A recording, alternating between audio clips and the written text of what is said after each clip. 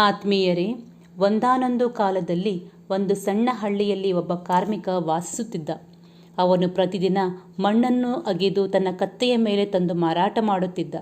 ಹೀಗೆ ಒಮ್ಮೆ ಆ ಕಾರ್ಮಿಕ ಮಣ್ಣನ್ನು ಅಗೆಯುತ್ತಿದ್ದಾಗ ಆ ಮಣ್ಣಿನಲ್ಲಿ ಒಂದು ಹೊಳೆಯುವ ಕಲ್ಲು ಸಿಕ್ಕಿತು. ಆದರೆ ಆ ಕಾರ್ಮಿಕನಿಗೆ ಅದು ತುಂಬ ಅಮೂಲ್ಯವಾದದ್ದು ಎಂದು ತಿಳಿದಿರಲಿಲ್ಲ. ಆದ್ದರಿಂದ ಅವನು ಆ ಹೊಳೆಯುವ ಕಲ್ಲನ್ನು ತನ್ನ ಕತ್ತೆಯ ಕುತ್ತಿಗೆಗೆ ಕಟ್ಟಿದನು.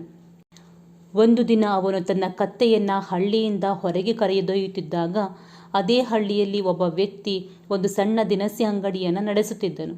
ಆ ಕತ್ತೆಯ ಕುತ್ತಿಗೆಯಲ್ಲಿ ಆ ಹೊಳೆಯುವ ಕಲ್ಲನ್ನು ನೋಡಿದಾಗ ಅವನು ಆ ಕಾರ್ಮಿಕನನ್ನು ಕೇಳಿದನು, ಇದು ನಿಮ್ಮ ಕತ್ತೆಯ ಕುತ್ತಿಗೆಯಲ್ಲಿ ಏನು? ಅದು ತುಂಬ ಪ್ರಕಾಶಮಾನವಾಗಿ ಹೊಳೆಯುತ್ತಿದೆ. ಆ ಕಾರ್ಮಿಕನು ಇದು ಹೊಳೆಯುವ ಕಲ್ಲು ಎಂದು ಹೇಳಿದನು. ನಾನು ಅದನ್ನು ಮಣ್ಣನ್ನು ಅಗೆಯುವಾಗ ಸಿಕ್ಕಿತು.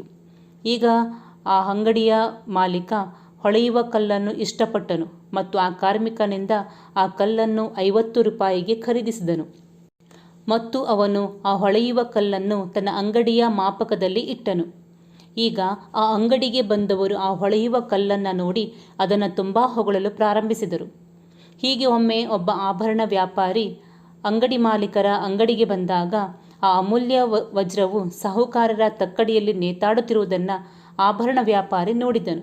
ಅದು ಅಮೂಲ್ಯವಾದ ವಜ್ರ ಎಂದು ಅವನು ಅರಿತುಕೊಂಡು ಅಂಗಡಿ ಮಾಲೀಕನನ್ನು ಅದು ಏನು ಮತ್ತು ನೀವು ಅದನ್ನು ತಕ್ಕಡಿಯ ಮೇಲೆ ಏಕೆ ನೇತು ಹಾಕಿದ್ದೀರಿ ಎಂದು ಕೇಳುತ್ತಾನೆ.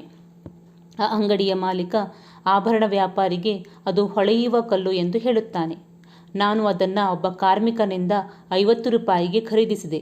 ಈ ಹೊಳೆಯುವ ಕಲ್ಲನ್ನು ತನಗೆ ಮಾರಾಟ ಮಾಡಿ ಎಂದು ಆ ಆಭರಣ ವ್ಯಾಪಾರಿ ಕೇಳುತ್ತಾನೆ. ಆ ಅಂಗಡಿಯ ಮಾಲೀಕ ಆಭರಣ ವ್ಯಾಪಾರಿಗೆ 100 ರೂಪಾಯಿ ನೀಡಿದರೆ ಆ ಕಲ್ಲನ್ನು ಕೊಡುವುದಾಗಿ ಹೇಳುತ್ತಾನೆ. ಆಭರಣ ವ್ಯಾಪಾರಿ ತುಂಬ ಜಿಪುಣನಾಗಿದ್ದು ಆ ಹೊಳೆಯುವ ಕಲ್ಲಿಗೆ 80 ರೂಪಾಯಿ ನೀಡಬಹುದು ಎಂದು ಹೇಳಿದನು. ನೀವು ಒಪ್ಪಿದರೆ ನನಗೆ ಹೇಳಿ, ಇಲ್ಲದಿದ್ದರೆ ನಾನು ಹೊರಡುತ್ತೇನೆ. ಆ ಅಂಗಡಿಯ ಮಾಲೀಕ ತನ್ನ 100 ರೂಪಾಯಿಗೆ ಅಚಲವಾಗಿ ಉಳಿಯುತ್ತಾನೆ. ಆ ವ್ಯಾಪಾರಿ, ಮಾಲೀಕ ಇವತ್ತು ಒಪ್ಪುತ್ತಿಲ್ಲ, ನಾನು ನಾಳೆ ಬಂದು 100 ರೂಪಾಯಿ ನೀಡಿ ವಜ್ರವನ್ನು ತೆಗೆದುಕೊಳ್ಳುತ್ತೇನೆ ಎಂದು ಅಲ್ಲಿಂದ ಹೊರಟು ಹೋದನು. ಆದರೆ ಅದೇ ದಿನ ಸಂಜೆ ಮತ್ತೊಂದು ಆಭರಣ ವ್ಯಾಪಾರಿ ಅದೇ ಹಳ್ಳಿಯ ಮೂಲಕ ಹಾದು ಹೋಗುತ್ತಿದ್ದಾಗ ಇದ್ದಕ್ಕಿದ್ದಂತೆ ಅವನ ಕಾರು ಅದೇ ಹಳ್ಳಿಯಲ್ಲಿ ನಿಲ್ಲುತ್ತದೆ.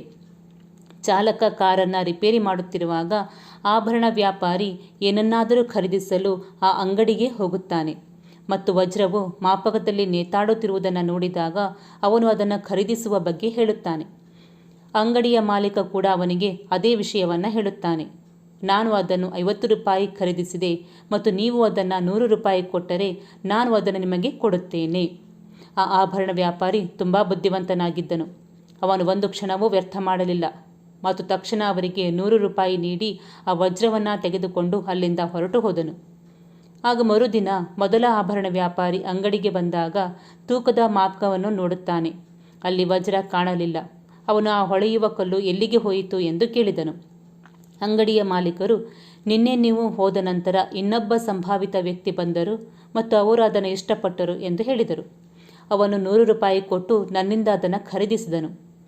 ಇದನ್ನು ಕೇಳಿದ ಆ ಆಭರಣ ವ್ಯಾಪಾರಿ ತುಂಬ ವಿಷಾದಿಸಿದನು ಮತ್ತು ಕೋಪಗೊಂಡು ಅವನು ಅಂಗಡಿ ಮಾಲೀಕನಿಗೆ ಹೇಳಿದನು, ನೀವು ಎಷ್ಟು ದೊಡ್ಡ ಮೂರ್ಖರು!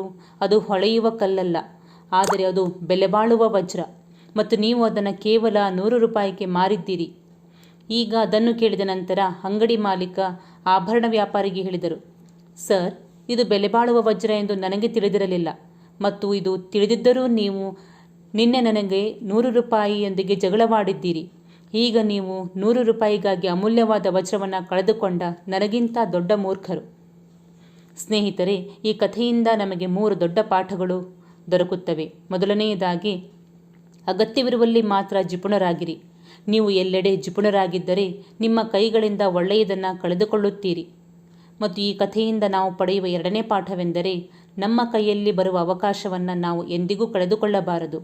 ಆಗಾಗ್ಗೆ ನಾವು ನಮ್ಮನ್ನು ಅದ್ಭುತ ಎಂದು ಪರಿಗಣಿಸುವ ಮೂಲಕ ಅನೇಕ ಅವಕಾಶಗಳನ್ನು ಕಳೆದುಕೊಳ್ಳುತ್ತೇವೆ. ಮತ್ತು ಈ ಕಥೆಯಿಂದ ನಾವು ಪಡೆಯುವ 3ನೇ ಪಾಠವೆಂದರೆ, ಇದರರ್ಥ ನಾಳೆಗೆ ಕೆಲಸವನ್ನು ಎಂದಿಗೂ ಮುಂದೂಡಬಾರದು. ನಾಳೆ ನೀವು ಏನು ಮಾಡಬಹುದು ಇಂದು ಮಾಡಿ ಮತ್ತು ಇಂದು ನೀವು ಏನು ಮಾಡಬಹುದು ಸ್ನೇಹಿತರೆ, ಇದೇ ಸರಿಯಾದ ಸಮಯ ಮತ್ತೆ ಎಂದಿಗೂ ಬರುವುದಿಲ್ಲ. ಈಗ ಏನು ಇದೆಯೋ ಅದು ಸರಿಯಾದ ಸಮಯ. ಈ ಕಥೆ ನಿಮಗೆ ಇಷ್ಟ ಆಗಿದ್ದರೆ ಲೈಕ್ ಮತ್ತು ಶೇರ್ ಮಾಡಿ. ಮತ್ತು ಮುಂದಿನ ಅವಧಿಯಲ್ಲಿ ಇಂಥದೇ ಕಥೆಯೊಂದಿಗೆ ಮತ್ತೆ ಭೇಟಿಯಾಗುತ್ತೇನೆ. ಅಲ್ಲಿಯವರೆಗೆ ಧನ್ಯವಾದಗಳು.